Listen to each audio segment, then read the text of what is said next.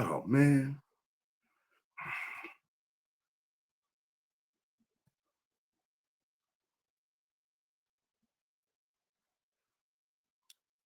My bad, fellas. Here we go. Yo, Chuck, what's the move, man? I was on my way up here to the studio, you know what I'm saying? And this brother stopped me and asked me, yo, what's up with that brother Chucky D? He sway nice. I said, yo, the brother don't sway nice. He knows he's nice, you know what I'm saying? So Chuck, you gotta feel me turning into a public enemy, man. I remember that line you was kicking to me on the way up to LA, like out to Queens, or we used to come all the way to the shop.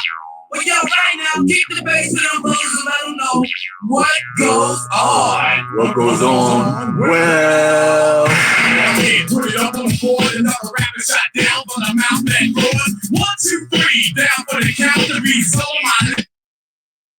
Welcome to a new show. Welcome to November 7th, 2024. We got JP over here.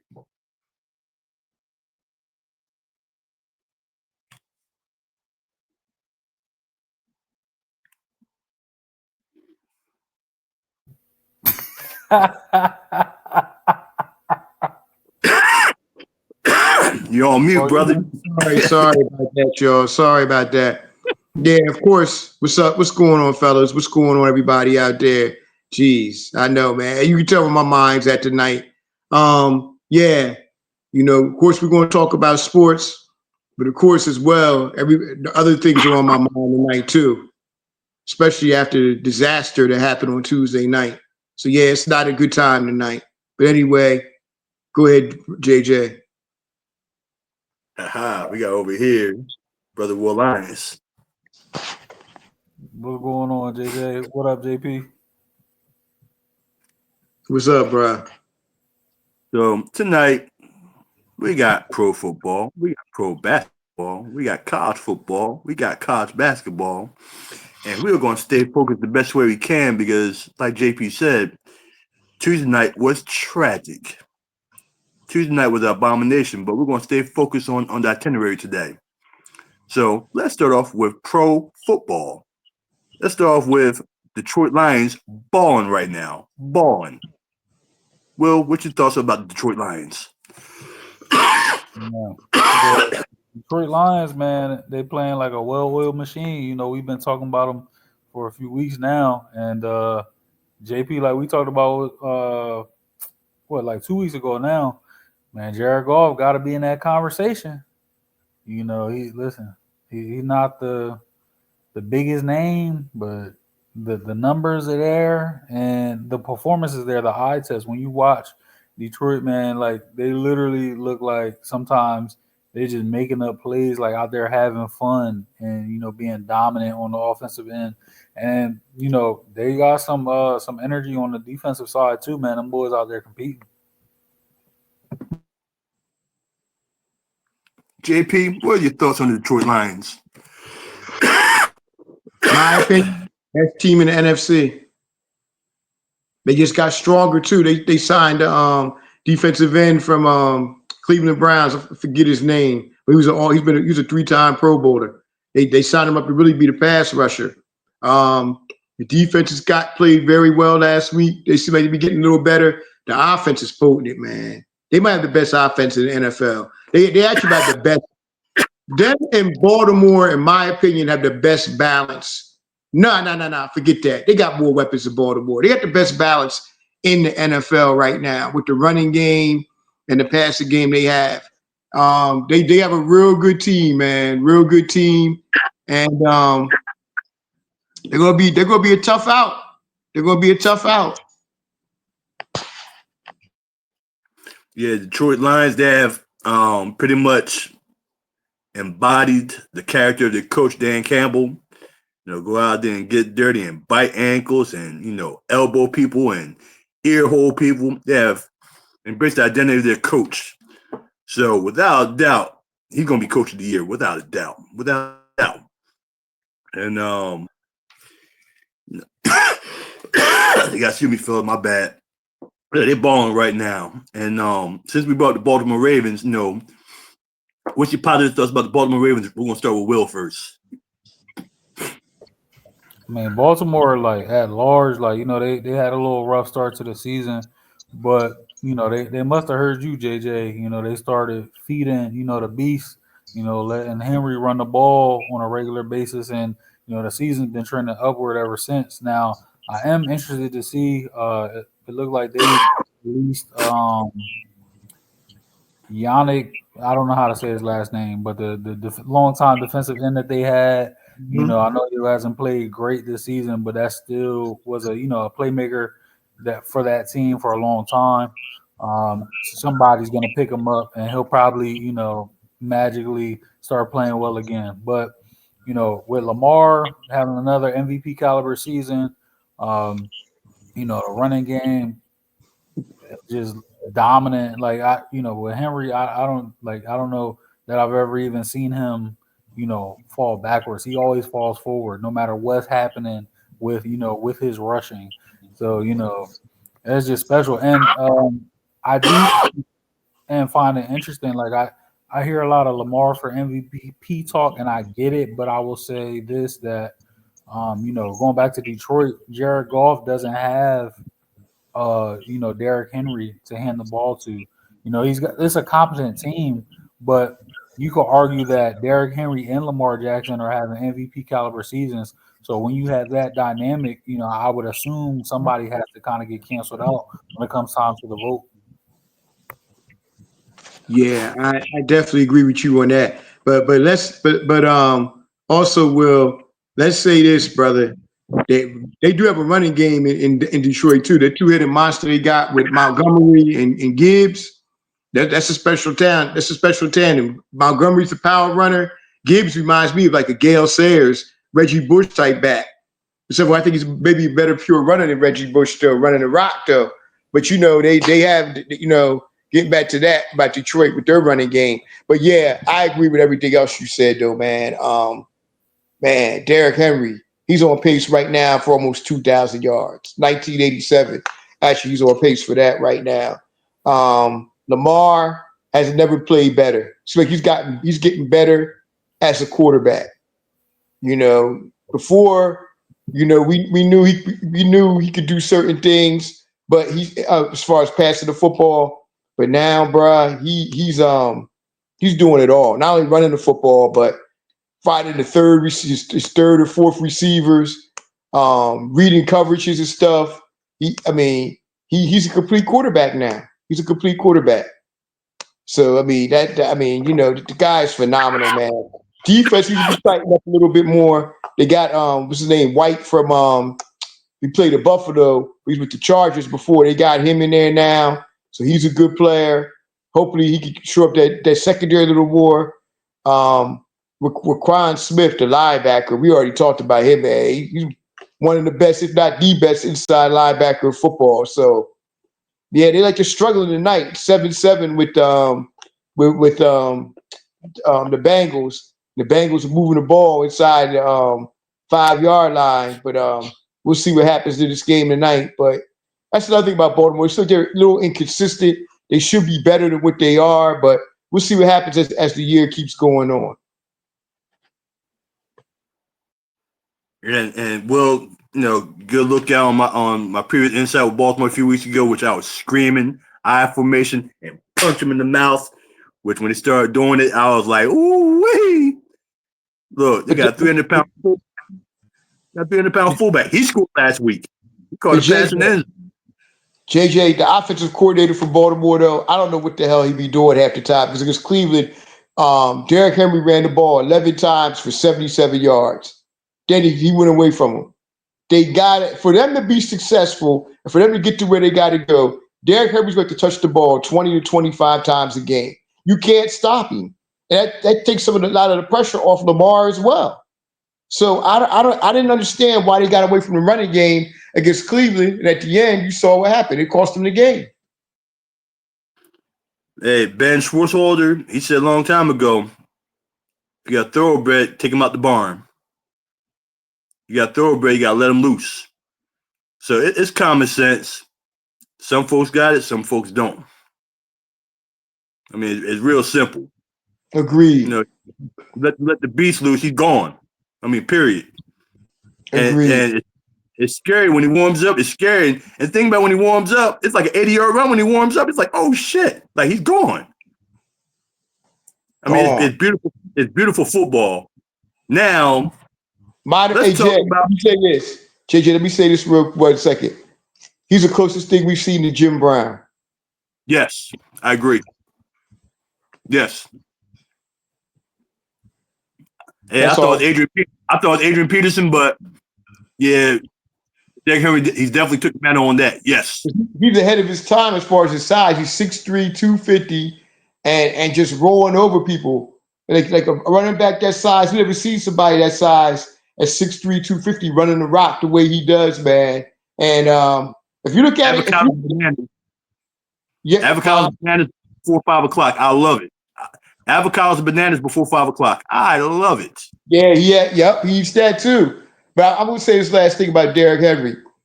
Derrick Henry, the only two players I can say that have had great careers from high school, college to pros, the way they have. Actually, you know what? It's three that I can remember: Adrian Peterson, Emmitt Smith, and Derrick Henry. They were superstars in high school, superstars in college, and they're superstars in pros. That's all I was wanting to say. All good, brother. All good.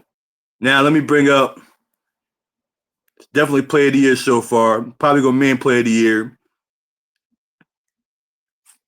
It passed Odell Beckham's one-hand catch in the end zone. This is probably the play of the millennium right now since January 1st, 2001. It's probably the play. The matrix play of Saquon Barkley doing the backwards hurdle over a linebacker.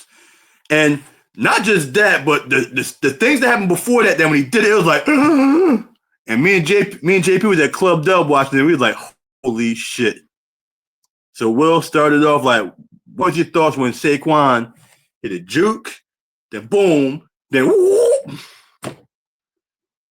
I mean, to be honest, like it was just unbelievable. Like you can't even do a backward hurdle on Madden. Like it's impossible to do it. Like people have tried to replicate it and you can't do it. You know, like I don't know, man. I feel like some people thought that, Saquon was like done or should be done or whatever, but that man, he must have been in LeBron's cryo chamber, man, before he came to Philly, because every week, he's doing something that's just like, man, like I didn't even see this in New York. Like, you know what I'm saying? Like, he's even more shifty than he was, getting by people with no problem. And now he, X amount of years into his career, he's showing that he got, a 40-inch vertical too.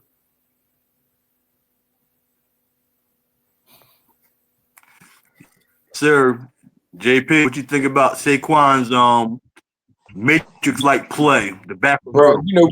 we saw that live, man. Couldn't believe it. Couldn't believe it. He might have the best balance we might have ever seen on a running back as far as the balance that he has.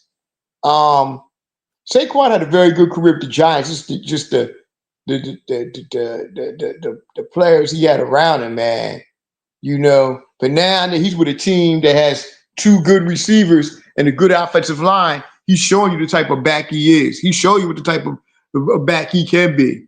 I mean, with Saquon, man, if he had this his whole career, we talk about an all-time great running back. He still might be on his way to being an all-time great running back. But I'm gonna say this too: the running back game is back in football. It's back because right now you have Derrick Henry, CMC, and Derrick Henry. That's pretty good. CMC might be back this week, by the way. That's pretty good. That's pretty good. Hey, JJ, we still gonna do pro football, right? Absolutely. Or are we done on this? Because I got a rant to go off on, man. And hey, ride the wave, take it, man. Take it. Bruh, one of the things we got to discuss, man, is this Nick Bosa stuff, bruh. Nah. I don't understand. Nah, I'm gonna Mm. say this. I'm gonna say this. I don't understand why his black teammates didn't step up and say anything, bro. And why some of these pundits on TV haven't stepped up and said anything, bro. On the Like, plantation, they're on the plantation, master. That's why they're on the plantation. Real bro, talk. you still got to have a backbone to speak up against people. I mean, Jim Brown spoke up when he played. There's been a lot of players that step up when they played. I don't understand how you let your teammate get away with saying stuff like that, or doing what he did. I don't understand it. I don't understand the Now, modern day athlete letting that happen. let's do the math. Maybe there's a few black folks that voted for the POTUS. I'm calling them the POTUS. They're probably the few black people that voted for them. You know what the POTUS is? Do you know what the POTUS is? Will, do you know what the POTUS? JP, know what the POTUS is? Will, do you know what the POTUS is? Yeah, I got you. POTUS is President of the United States. POTUS is felon of the United States. Yeah, So they probably the coons that voted him in. Look at the math. They probably the very few that voted him. So maybe. But I'm really Michigan, surprised. I'm really surprised, like a Shannon Sharp or even a Stephen A. has even addressed that. Like, politics don't belong in football like that. Like, you know what I mean? Like if I played, I had a they teammate voted that was, for. JP, to They be honest voted with you, for. brother, you They think too voted for. highly. You think too highly of people, man. I gotta be honest, you do. Like, one thing, you talking about his teammates not saying anything.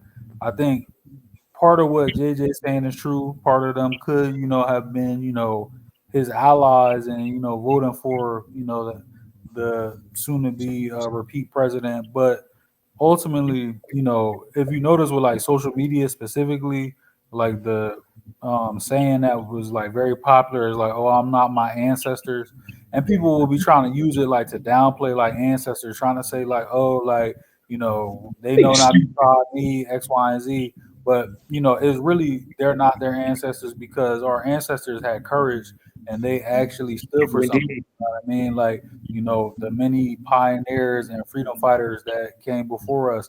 Now, you know what I'm saying? Like people want to just take out their phones and record some shit and hope to go viral. Like, that's the most they're concerned with. But, people aren't willing to risk $15 an hour. You think they're gonna do something to jeopardize millions? Like most people are not doing that. And I'm not judging it one way or the other, to be honest with you. But that's just, my view on it. Yeah, yeah. I could dig what you say. I could dig it definitely. But I also remember a statement that John Carlos made several years ago. How many millions of dollars do you need to become a fucking man? How many millions of dollars do you need to become a fucking man? He Yeah, didn't but say it see, like that. He didn't but say it that's like that. But he said how many millions of dollars you need to be a man. And and But and think about that though. You're further proving my point. John Carlos is literally a name that rings with like freedom fighters. You know what I'm saying? Like, you know what I mean? Like, give me somebody that's not 60 plus years old. You know what I mean? That you can quote or that is an example of what you're talking about right now. The one I the got one you. person you can try who I got you. I got you. like is sadly I don't think there is that right now. Like the generations are vastly different, like vastly different, and I don't necessarily mean it in a good way when it comes to that. I get what you're saying. I think Colin Kaepernick stood. We already know what Cap did, but also Eric Reed, Malcolm Jenkins to a point with the Eagles. They all, at oh man, what's my man? He was a wide receiver. He played at Oklahoma. He played for Tennessee. He's out the league too. He stood up too. I mean, those are the players that really stood up, and said it. It said something. Look, my thing is this here. I don't have a problem with you vote for who you want to vote for or anything like that. Outside of, but that should never be shown on the field of play. That's been my whole point. That whole thing should have never been there. When you on the field, you need politics out of it. Whatever you decide to do off the field and in your free time is your business. 2 words, JP. Two words that explains why nobody had a problem with it. White privilege. Privilege.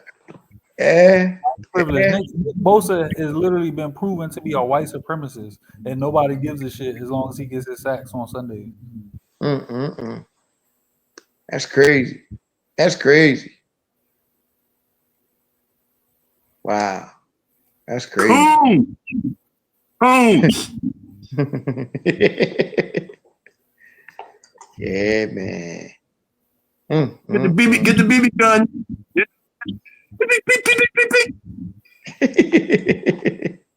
Yeah, man. That's a good point. Hey, girlfriend. Proves the point. Look at the girlfriend. Proves the point. Yeah. Man, Well, they had the beat. They had the slopes. Well, they were the stop supporting players. Stop supporting these entertainers and athletes who don't give a damn about you. That's the main thing to do. Take money out their pockets. Man, look. Take money out their pockets. Simple as that. But that's a discussion off there anyway. But anyway, moving on. Jay, you got anything else for us? Listen, when it comes to pro football, if anybody, people not sneaking up on us, making go, let's watch them. Yes, the Los Angeles Rams. Yes. They're playing a lot better now. All the weapons are healthy. Something to watch. The offense is pretty good right now. Something to watch. We'll start off with the Matthew Stafford, the Nakua show, Cooper Kupp. Let's start off with what your thoughts with them right now. I mean, health is big time. Where a lot of teams they're starting to, be affected by injuries. The Rams are getting healthy at the right time. And that group's been together, for years. So they realistically, I'm not gonna say they could just turn it on, but when you have a battle tested quarterback like Stafford, and the weapons get healthy, they can make a run, and you can depend on them. And the coach, like some people have their varied opinions of him, but they have a good coach, man, and he really knows how to utilize the various weapons that they have. So it's gonna be interesting to see how they kind of finish the season. Oh, real quick though, I do want to say I want to give a shout out to the Chicago Bears secondary for a very entertaining into a game that I saw a few weeks back. Don't you dare! Don't you dare! Don't you dare! Don't you dare! Don't you dare! See that? You got to ruin my even more. You got to ruin my even. Body shot. Low blow. Ooh. I already had to go. I already had to catch hell. I already got to catch hell for my decent nephew down at my boy Tony's. His son and daughter had to catch Stafford. They blame me for the loss. I almost called you in the moment. I said he's going through it enough, man. He's going through it enough. Yeah. You know what? I almost forgot all about that. Let me tell you something. Stevenson, you have got to be kidding me. I've never, ever in all my life of watching pro sports see a goof sit up there and point to the fans and celebrating while the play was going on. Are you kidding me? Are you kidding me? I couldn't believe it. I didn't know it happened until I got home and saw the replay. And when I saw it, I was like, you have got to be kidding me. And then had the nerve to leave practice because they benched him. Are you kidding me? Do you know what you did? Do you know what you did? That was the goofiest shit I ever seen in my life in watching sports. Game on the line, a signature win, and you over there celebrating with the fans while the play's going on. Well, are you serious? That brother's gonna be released in the offseason, Well, he should have been allowing the plane to go back to Chicago. Like, yo, you need to take an Uber back to Chicago. You need to take an Uber back. That was ridiculous.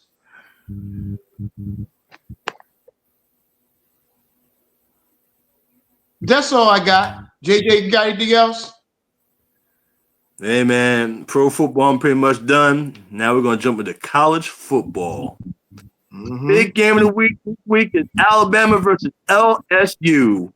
Ooh, baby, oh, baby, oh, baby. And the game is in Baton Rouge, Louisiana. Holy crawfish, holy crawfish. Ow! Will, what you think about the Alabama LSU game coming up? I mean, I just think that home field advantage, it means something, and he can be up and down, but I think what's his name, Nussmeier. I think he's gonna have a good game, man. Those weapons they have. I can't think of the running back's name, but man, the little short. Caden Durham. Bro, I'll tell you about him in a second. I'll tell you about him in a second. He gets busy.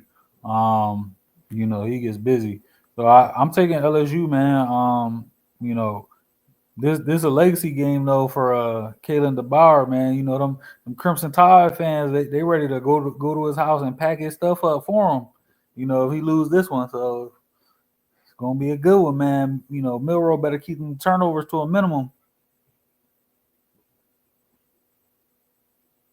I guess you're waiting for me.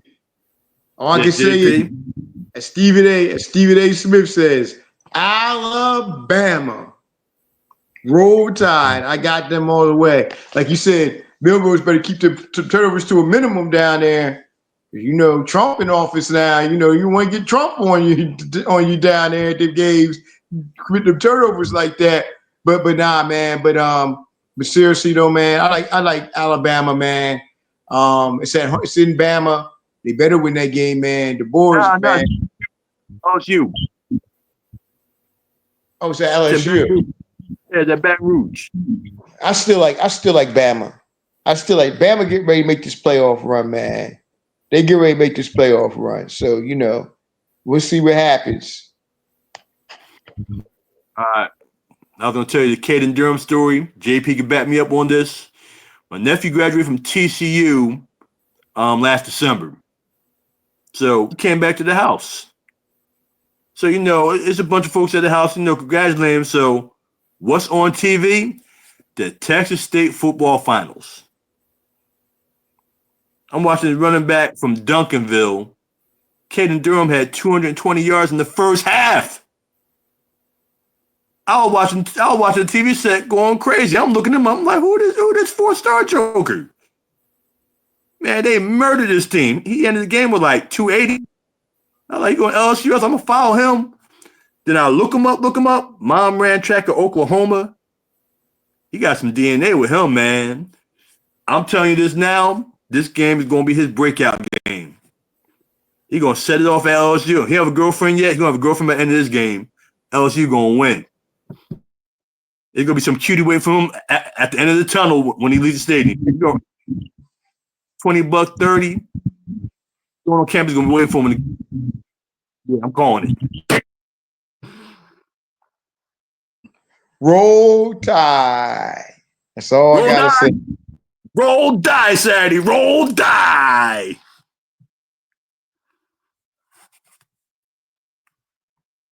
Roll die.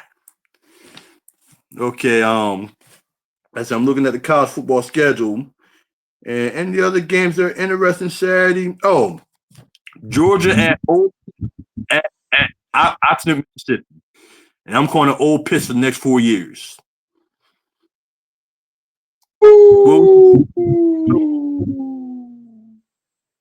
Georgia might be up for this game. They play out of the level of their competition.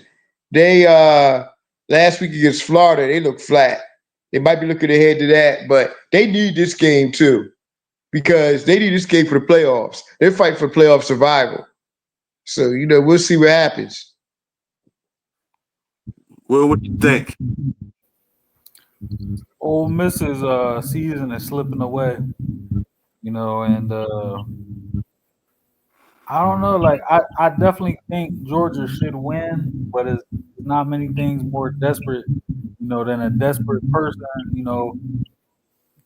or animal. If you're talking about, like watching like a nature documentary or some shit. But anyway, I think Georgia should be able to handle their business. But we've seen a lot of upsets this year, so especially, the SEC, man, like the portal, the money floating around every Saturday, man. Anybody can get it. Yeah, man. Georgia Old Piss after November is usually the month where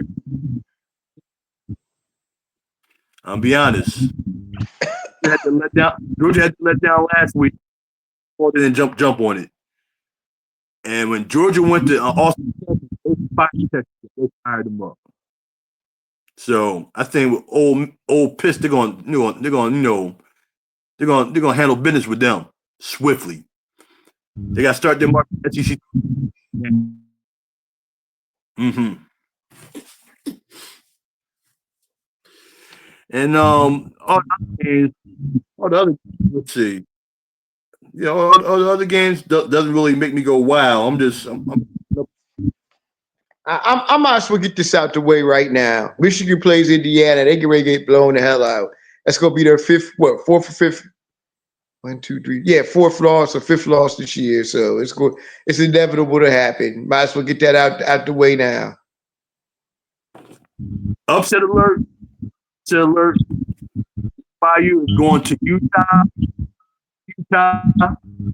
Great. Yeah. Watch out. BYU might fall that game. Out. Heads up. If Utah runs that ball, heads up. I'm calling the upset alert right now. That's my upset alert for the week. The Mormon Bowl, that's what we can call that. Yeah, man. Man, you ain't lying. Yeah. Church of Latter-day Saints. Yeah. Get your wife. Wife 1, wife 2, wife 3. We're all going today. All of it. Let's go. Yeah, man.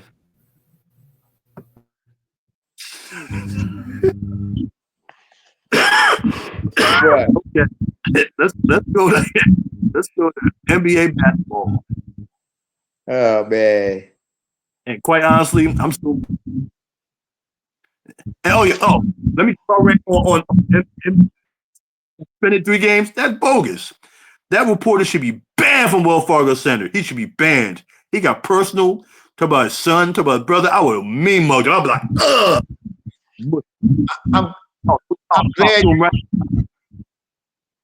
I'm glad you mentioned it. When you talk about a player, that's one thing. Marcus Haynes is an asshole anyway. Let me just be clear with that. He's written some articles in the past that have been questionable. Marcus Haynes is an asshole. Let's I'm gonna keep it a buck. However, he crossed the line, like you said, when he mentioned Embiid's brother and his son. I don't blame him for going off with that. What the hell does that to do with his play on the field? What does that to do with anything? I don't understand it. It's crazy. As the Bengals go up 21-7, as Jamar Chase just ran back one about 80 yards, man. He threw the turbo jets. But anyway, back to the it's crazy. It's crazy. I don't get it. Actually, I do get it. Like I said, Marcus Hayes is an asshole. He may be a notch below Howard Eskin. Howard Eskin, of course, is always going to be the king of assholes, but he ain't that far off. Okay. Oklahoma City Thunder. Are they still balling? Are they still that team that's going to make everybody go wild? Well, Oh, absolutely. I mean, they just took their first ball, but even that, like you haven't seen, OKC at full strength. Isaiah Hartenstein has yet to play. The big acquisition for them in free agency. Chet's taking the leap forward, being more aggressive offensively, still being a force defensively. Jalen Williams is better. Shea, looking MVP caliber again, and Presti, one of the best, if not the best GM in the league. Still hitting on first and second round draft picks. Guys are coming in early and getting minutes and making plays. So I think they're my early pick to be in the NBA Finals from the Western Conference right now. So should be interesting, man.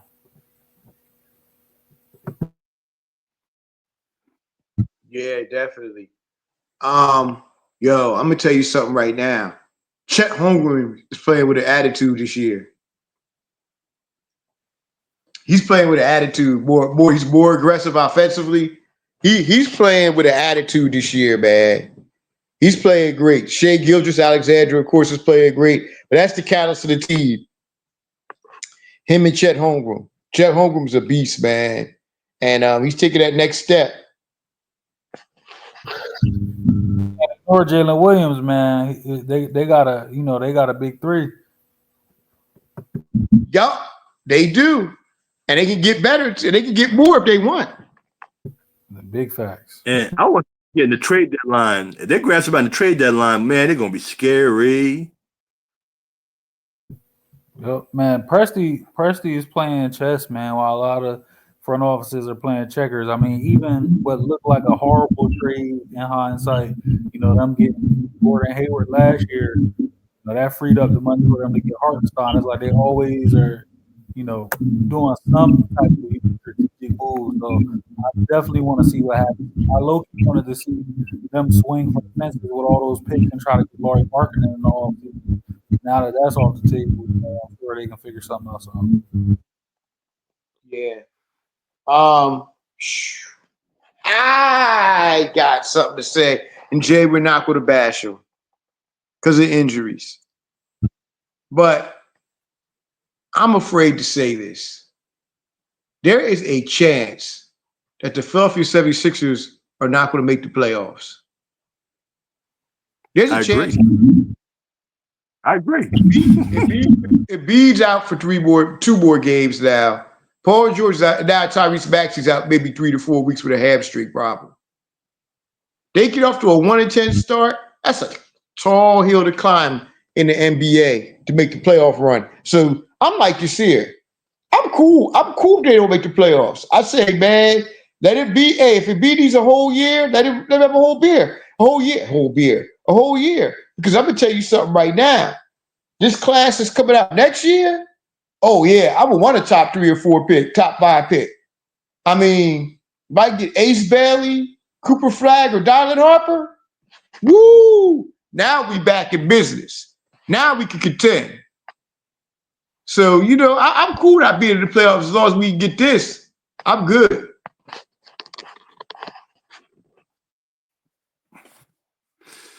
Man, squad that I love, since the 70s.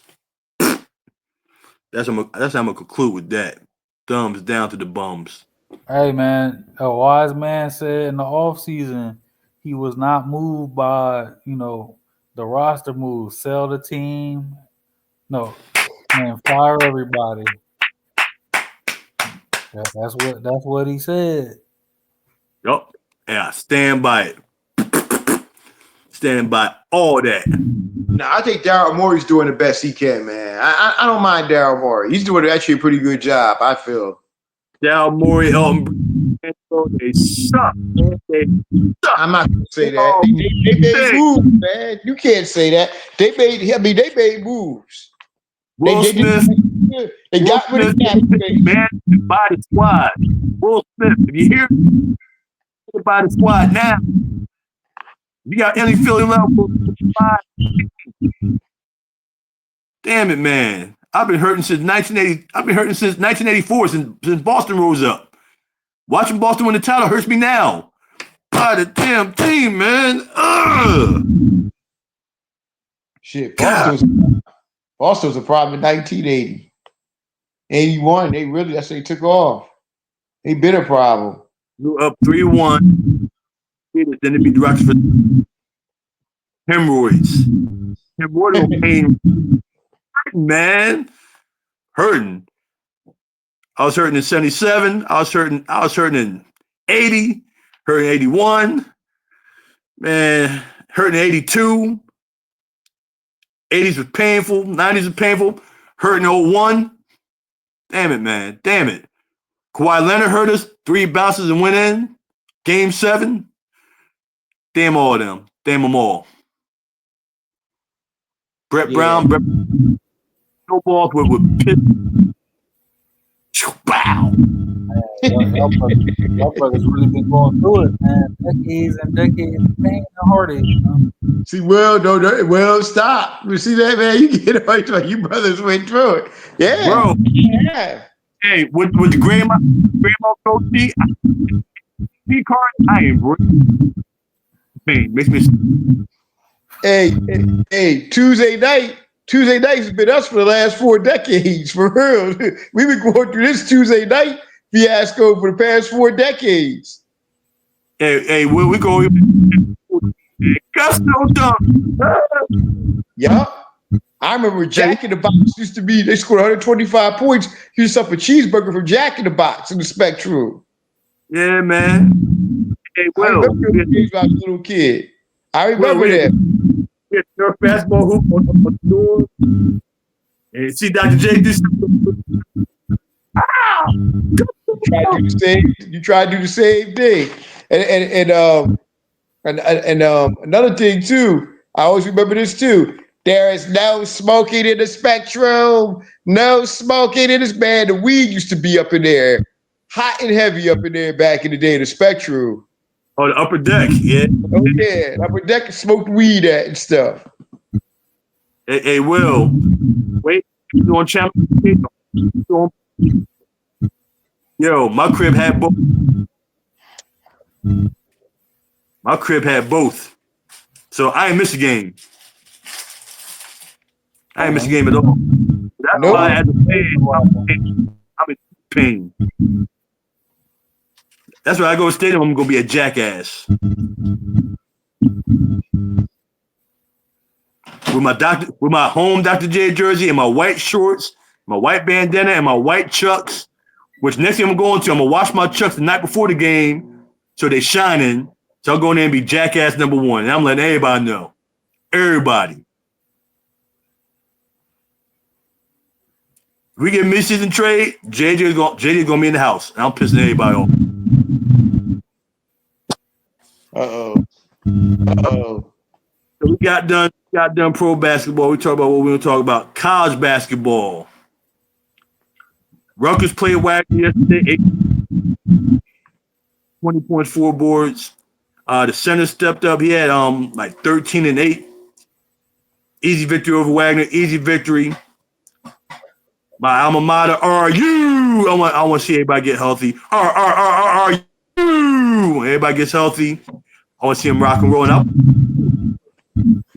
Especially Ace Bailey. Yes, sir. He balling.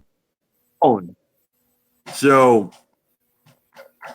once you get healthy and we get some wins, we climb up the rankings. You might see me on national TV at the rack, a couple jerseys on, but I got one jersey made and I bought one Rutgers jersey, so I'm gonna go in there and be in unk mode, and if I rush the court, hey, don't hold against me if I rush the court. Come on, man. You can rush the damn court, man. You've been waiting on this moment for a long time. I'm on one of them games, buzzer beater. I'm on the court. Man, JJ, you earned it, man. You went there. Wild Harbor Jr. had it jumping. Before that, man, Rutgers wasn't being talked about. Mike Rosario, and before that, Quincy Jones, man. So you earned this, man. We're on the court, man. It wasn't like I never rushed the court before. I'm gonna be on the court, I'm telling you. Black wins in 1976 Final Four. Phil Sellers. Yes, bring it back. Yes. And I'm gonna drop a fact on y'all. Rutgers has not won a national title in anything since 1947 fencing. I'll say it again. They haven't won a national title in anything since fencing 1947. Yes. Yes. 87 years of pain, man. About 88 years of pain. Don't forget in '76 they went to the Final Four. I brought that up. Phil Sellers. Phil Sellers Eddie and James Jordan. Bailey. James Bailey. Not Eddie James Jordan. That team, nah. Yes. Yeah, man. Yeah, lost the. Yep. Then third place game lost to UCLA. Ha ha. Yeah, man. Well, and I found some. I'm going to that private school. I'll park there. I'm good. I hear you. I see Arkansas also won last night. They won by I think 16 points, man. Yeah, they came in 13th grade. Came in 13th grade as a ball. Who was the 13th? You talking about DJ? Billy there too, right? Yeah, Billy Richmond had 4 last night. DJ had 7. He shot 3 for 7 from the field, but he only took 7 shots though. That'll come along. Him and Boogie Flag will be a good will be a good backcourt. Will, what do you think? What do you think about DJ Wagner? What kind of year he's going to have this year at Arkansas?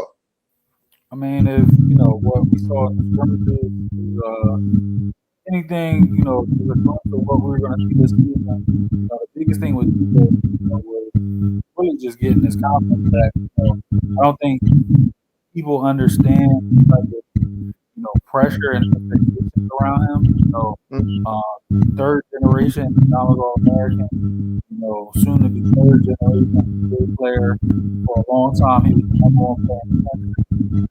So coming into college, playing for Coach Cal and everything, former coach, there was a lot of pressure on him, and he puts a lot of pressure on himself. With the type of competitor that he is. I mean, we've seen it. DJ damn near want to, box, if he's taking a loss, and I say that, in a positive manner, like, the kid hates losing, so I think he's going to play well. I think sharing the playmaking duties with, Boogie Flan is going to be a good situation. Boogie, very polished scorer, man. Like, honestly, Arkansas has one of the best backcourts in the country from day one. So it should be interesting, man. If everybody's healthy, I think, Arkansas can really do their thing. Just got, and one thing that surprised me too, Coach Cal is my guy, but he actually had them running some offense, besides just doing the standard dribble drive. So if they're doing that, man, and getting guys some easy looks, and it should get real interesting.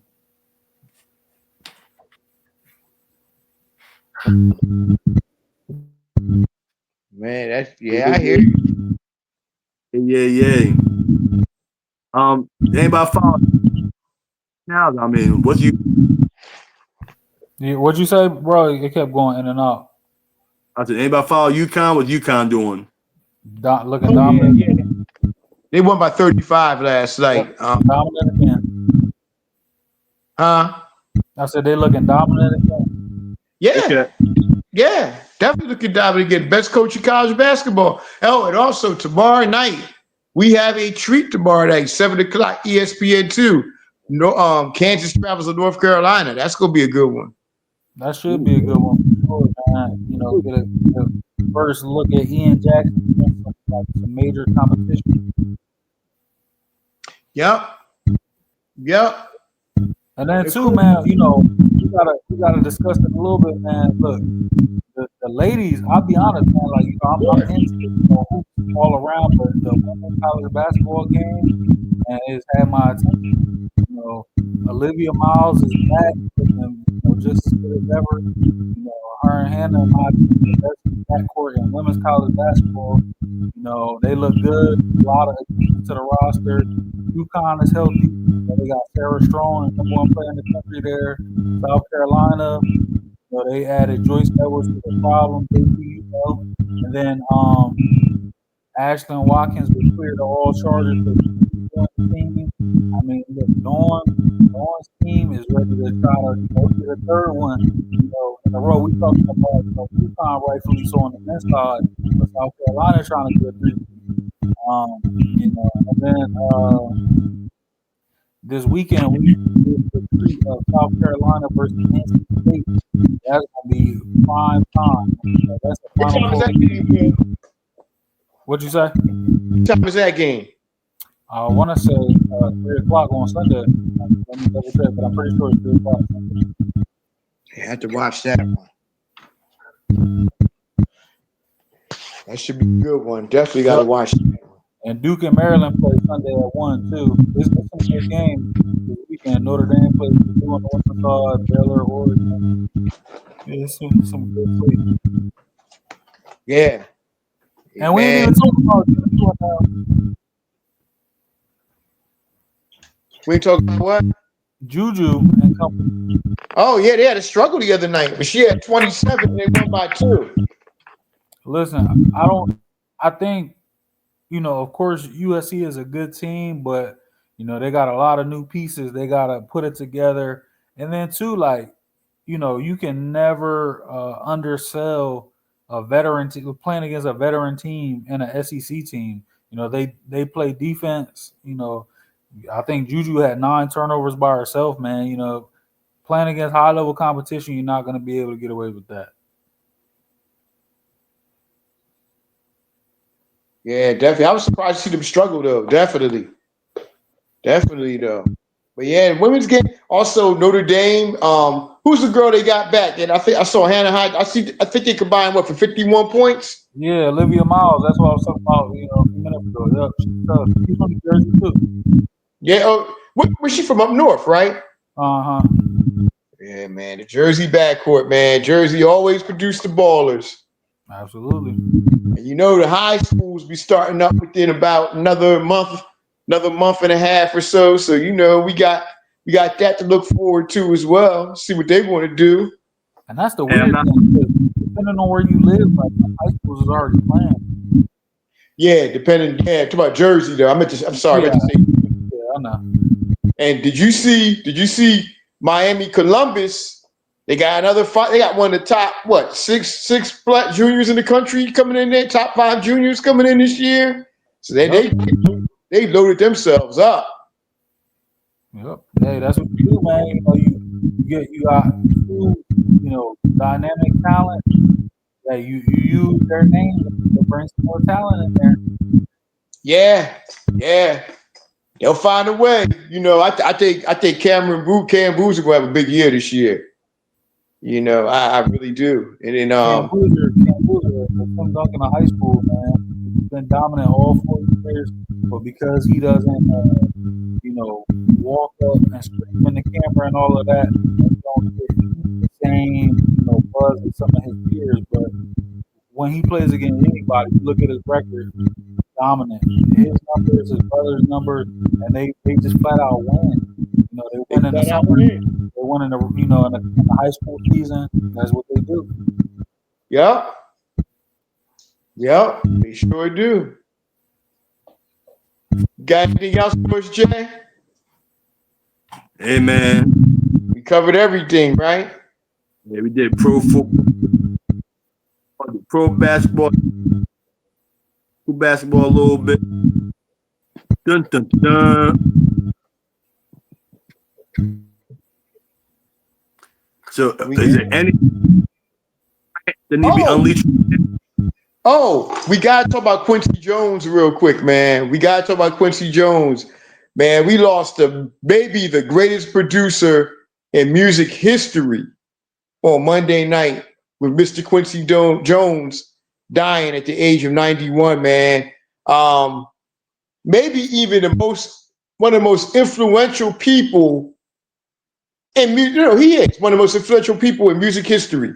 He did everything from jazz to rock to R&B to even hip hop. He touched every genre of music.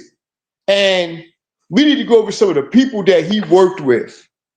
Of course, the immortal great Michael Jackson, James Ingram, Saida Garrett, Ashford and Simpson, Patty Austin, and Tevin Campbell, a whole mob of great people he worked with. But we can't forget about the songwriters he worked with. Oh, also George Benson too. He reinvented George Benson's career with Give Me the Night. In the 60s in Vegas, not the band leader. Yeah. Yeah. He actually brought Count Basie to the mainstream with Frank Sinatra. Yeah. That's crazy. But also we have to talk about as well with him as well is him and Rod Temperton. What a combination. What a combination they had. Yes, sir. I mean, man, Off the wall thriller. Maybe definitely two of the best albums in music history. You know what I'm saying? Immortal albums. 100 years from now, 200 years from now, they'll still be playing them albums. You know, I'm gonna drop this gem. Off the Wall is probably the greatest album ever. Thriller is the greatest pop album ever. And there was certain elements off the wall with, and certain elements of Thriller that set up bad. Damn. Well, you know what I say, man. My opinion, the greatest R&B album ever, the greatest album in music history is What's Going On by Marvin Gaye. You know, I put that in the category by itself. But Off the Wall and Thriller, man, definitely some two of the best albums in music history, man. But Will, you anything on? Hey, Off the Wall and Like they play both. They play both of them. Yeah. I mean, Michael came back with two of the best back-to-back albums you can have, really. But Will, you got anything on Quincy Jones? Well, just epic loss, man. Like super legend. You know what he did with music. I mean, he had a hand in everything. I mean, even bringing the Fresh Prince TV show to life. So Yes, I like literally like this week. Like I mean, he's well before my time, but his career spanned, of course, into my time as well. But even finding out just some of the things that he produced that I had no idea of, like the Sanford and Son, theme song, like Sanford and Son. super Sanford. Doom. I mean, how about that? Doom, doom, doom, doom, doom. Of course. Famous song. Famous. And of course, the samples that he did. JJ remember this. The song by the Far Side. She keeps on passing me. He did that. He did that. I mean, that's a sample of one of his songs. I mean, man. I mean, this man is like music legend.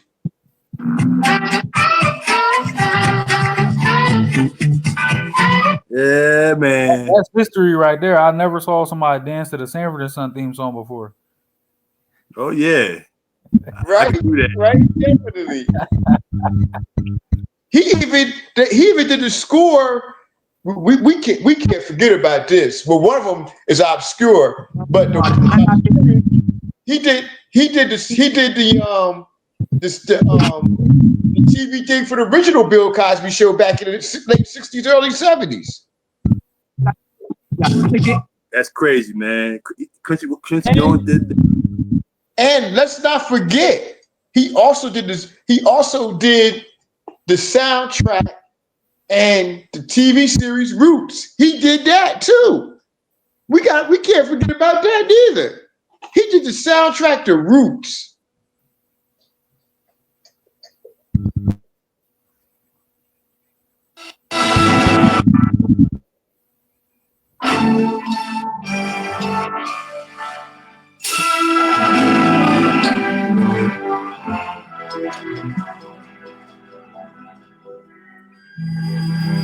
Man, sheesh. And And we can't forget how he reinvented George Benson's career. Give me the night, love time, love. Come on, man. Come on, give it to him, Jay. Give it to him. You know I am. You know I am.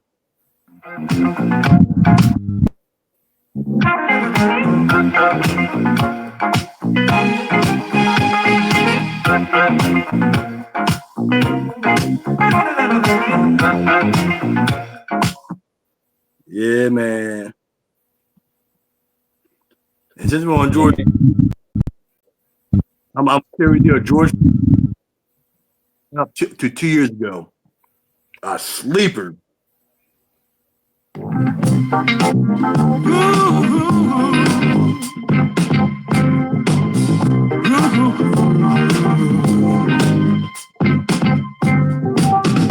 know it hurts me when I can't be next to you. And though we're young, I know you feel the same way too.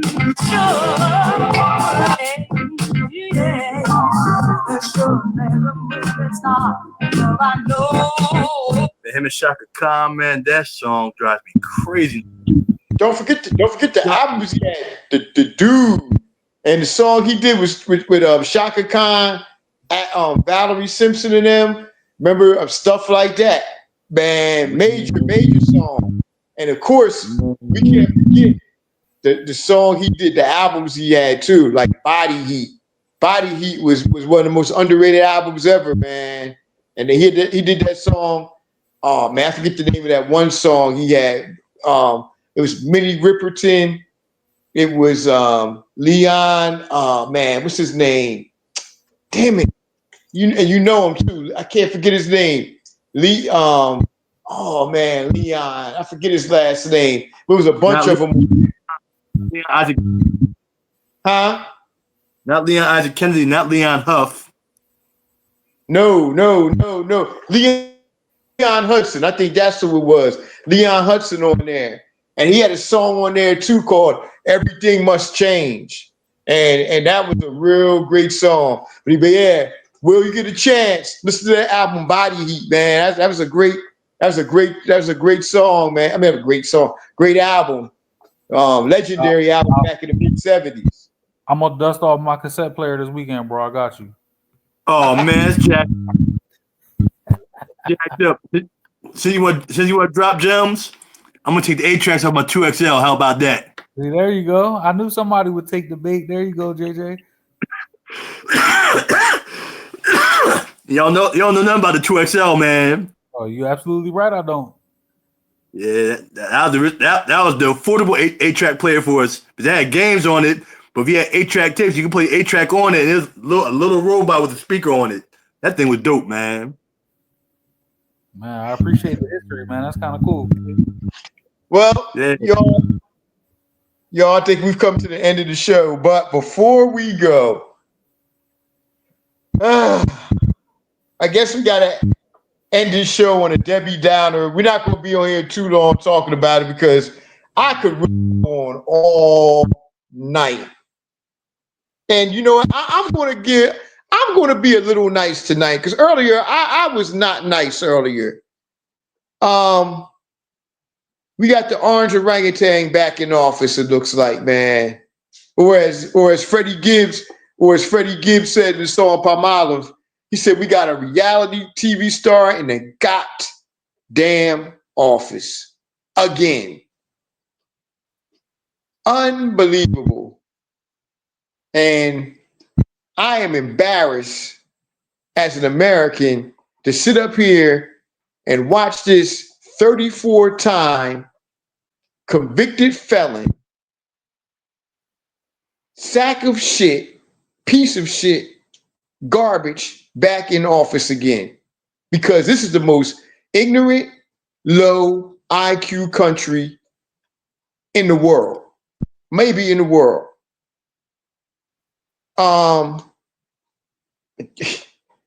It's going to be a long, rough, at least, and it might be longer than that. At least a long, rough road of 4 years that we're going to have to go through. I don't think these idiots understand what they have done by voting this clown into office. First off, the tariffs. We're going to talk about that for a second. I'm not going to go on long about this. The tariffs. Oh, I thought I thought China pays for the tariffs. You idiots. You're a bunch of goofs. As Dr. D. David Show says, you're not wrapped too tight. First off, the tariffs are paid by us because we owe China, if you goofs don't understand, billions and billions and billions and billions of dollars. Guess what's going to happen? Everything's going to go up. You think you have inflation now? You haven't seen inflation. When you see your bread going up to $7 a loaf, I don't want to hear shit. That's number one. Then we go into the Disabilities Act. So that means people with special needs are going to be cut. The program, the department is going to be cut because you assholes wanted this. The Department of Education cut. Do you know what that means? No more public schools, no kids basically fending for themselves, no after school programs, no lunch programs, because you assholes wanted that as well. And also, we're just getting started. Homeland Security. You know what that means? That means there'll be no intelligence for anybody who's coming into this country. And let them do whatever the hell they want to do. And you come in here, you think you worry about this damn immigration problem with these immigrants. You haven't seen shit until they get rid of Homeland Security. When it could be terrorists walking around amongst us and something could happen anytime because you assholes wanted that. Then we're going to go on to the slashing of your Social Security. Yeah, your Social Security that you're not going to get anymore. How about that, assholes? And also, on top of that there too, we're going to talk about they call affordable health care.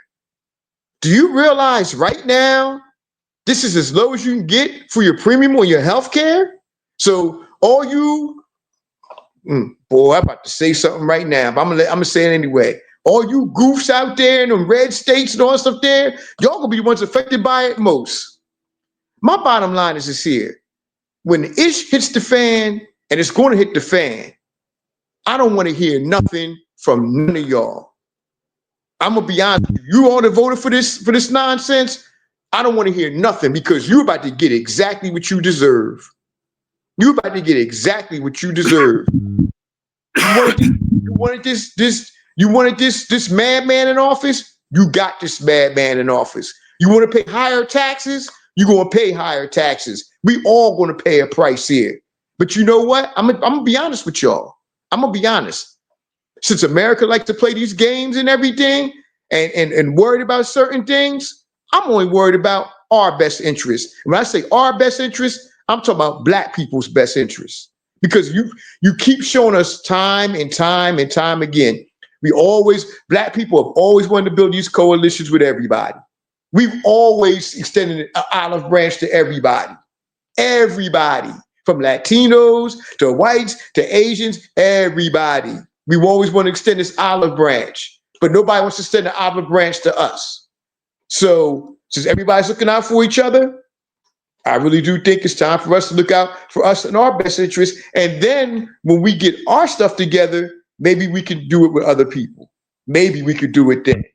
But man, I'm very disappointed in America and everything that happened the other night because we could actually I don't even need the stats to tell you what the breakdowns were. 74% white men voted for Trump. 69% white women voted for Trump. 80% of black men voted for Kamala Harris. 90% of black women voted for Kamala Harris. 56% of Asians voted for Kamala Harris. 55% of Latino men voted for Trump. 65% of Latina women voted for Harris. And what did most men say? Oh, I don't want no woman ruling over me. I don't want no woman doing this. But guess what? You're going to wish you had Kamala Harris running when you see what's going to happen to you for the next 4 years or maybe even longer. Also, on top of that, there too, this is a racist, sexist, misogynist place. And I can't believe that women, especially when I'm talking about white women, are going to get your own interests, reproductive rights. Reproductive rights. These fools are trying to tell you, oh, there's no more abortions. So you mean to tell me a young girl could be 12 or 13 years old and have an incest problem, incest against her, and she has to carry a baby from here on in and can't get an abortion. A woman gets raped. You trying to tell me she has to carry the baby because she got raped? I mean, do we understand what we voted for? Do we understand what reproductive rights even means? It's a shame, man. It's a shame. And I really thought that America was headed towards a certain way. That we were getting over this racism stuff. We were getting on as being of what we're thought we were going to be. This shit right here going to set us back at least 50 years, maybe even 100 years. Y'all got anything to say about this? I'm going last. Last. I mean, it's pretty simple, man. Misogyny, racism, all blended up together, man. And then just a lot of people are just, you know, uneducated.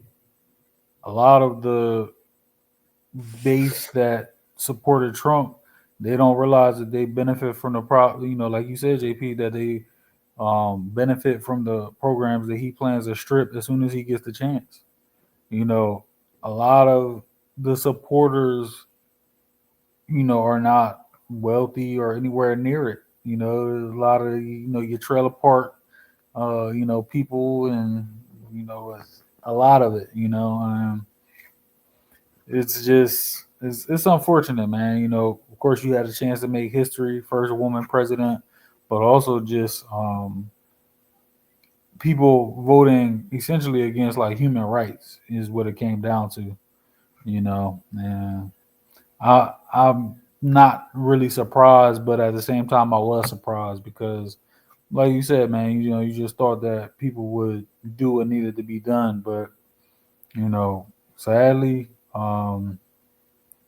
hatred and bigotry, you know, it prevailed here. But one thing I have to say though, and I'm not a conspiracy theorist, but I do find it interesting that the presidential election results are already done, even though that's taken into account millions and millions of votes, but they're still not sure who won some of these local races when you're talking about thousands of votes.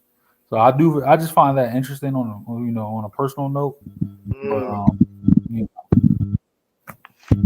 I got one more thing to say, Jay, before you get done, before you go, man. 'Cause I really want to be clear with what I'm saying, man. With what I'm saying, it's a shame, man, because Jay knows what I'm talking about. Me and Jay. I'm not going to mention. Well, I didn't mention many. Our boy Tony, his children are white. He's white. I consider them family. I consider them, that's our niece and nephew. Am I lying, Jay? His children are nieces and nephews, right? When we were Tony, we don't see color, man. You know what I mean? That's our boy. We grew up with him. So why should we subject ourselves to this nonsense? And we know his heart. Me and Jay know his heart. We know Mike Bird. We know Stephen Laconey. You know what I mean? We know Bobby Healy. We know these brothers, man. These are white people that me and Jay hang with, that we consider family. And they still are our family.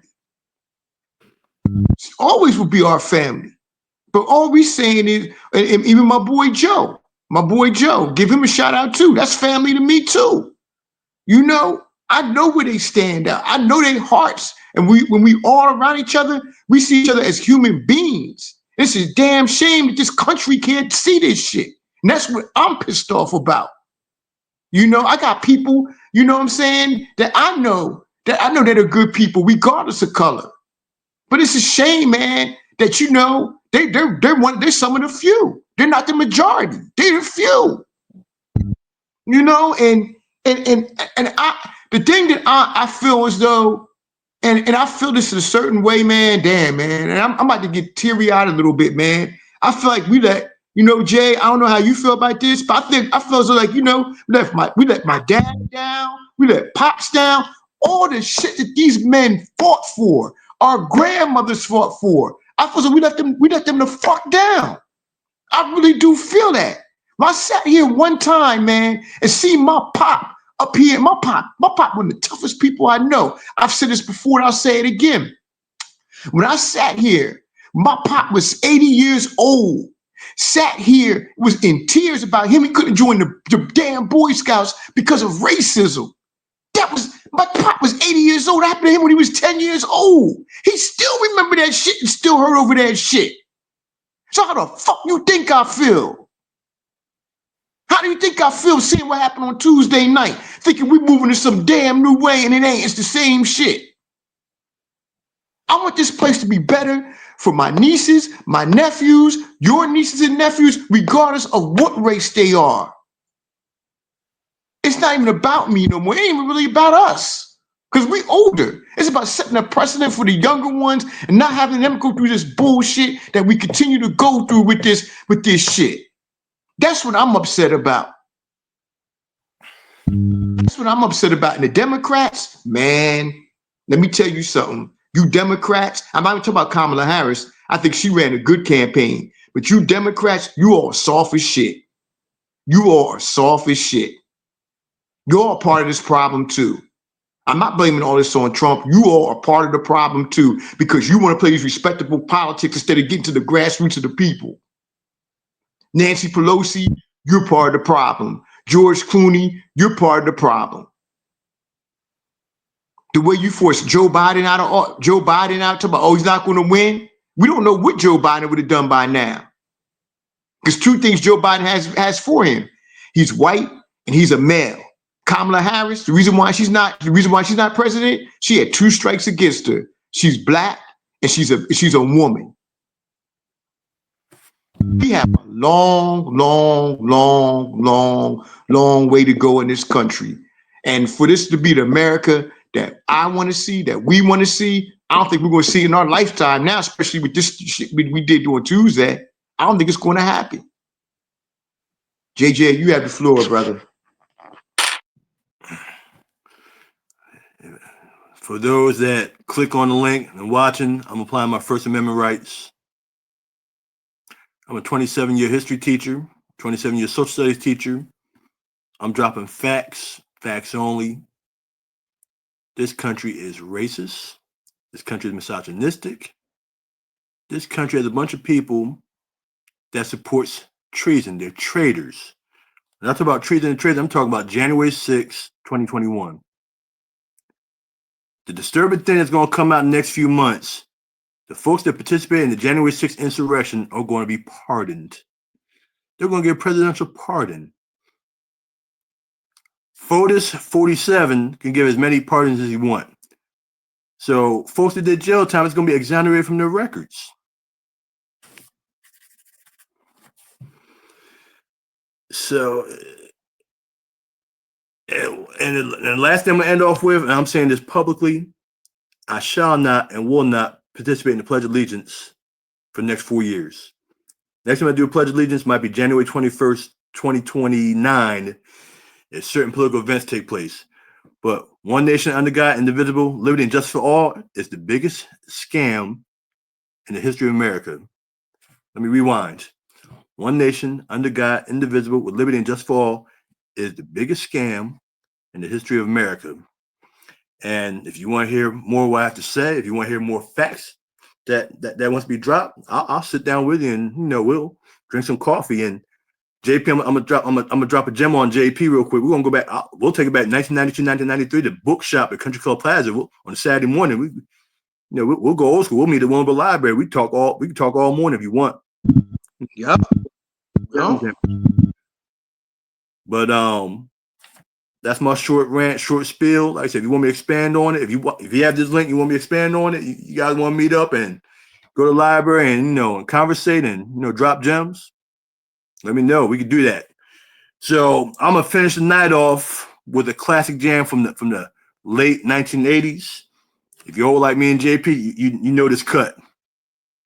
Freedom or death, we got to fight the powers that be. Fight the power. Fight the power. Fight the power. Fight the power. Fight the power. Fight the power. Fight the power.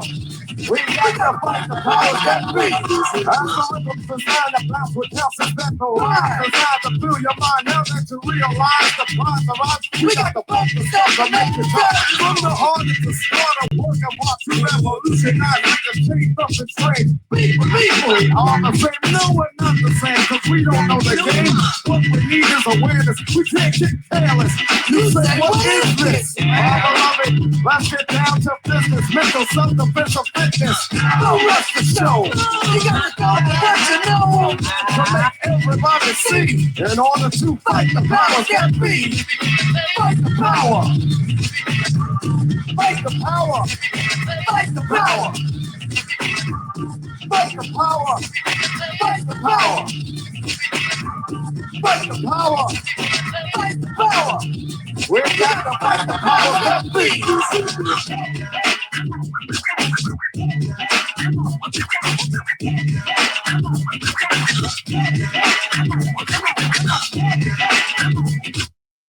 Wakanda forever. Yeah, man. All I'm gonna say is this. I think I speak for all of us on behalf of me, my brother Will, my brother Jay. All I can say is this, y'all, you know, we might be down. We actually got a right hook. We got a right hook to the jaw that knocked us down the other day. But in the words of Kendrick Lamar, we're gonna be all right. We gonna be all right at the end of the day. Trust me, it's gonna be a bumpy road. But the words of Dr. King and what he said, there's gonna be some difficult days ahead. But we're gonna get to that promised land. It might not be in our lifetime, but somebody's lifetime.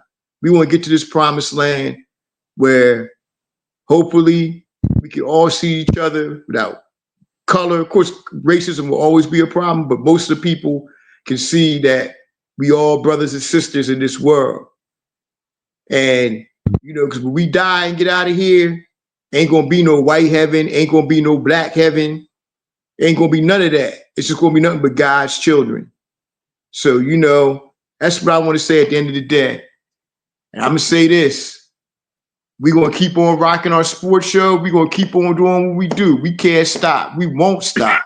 So on behalf of me, JJ, Will, we say peace. Enjoy your weekend and enjoy the games, y'all. We out.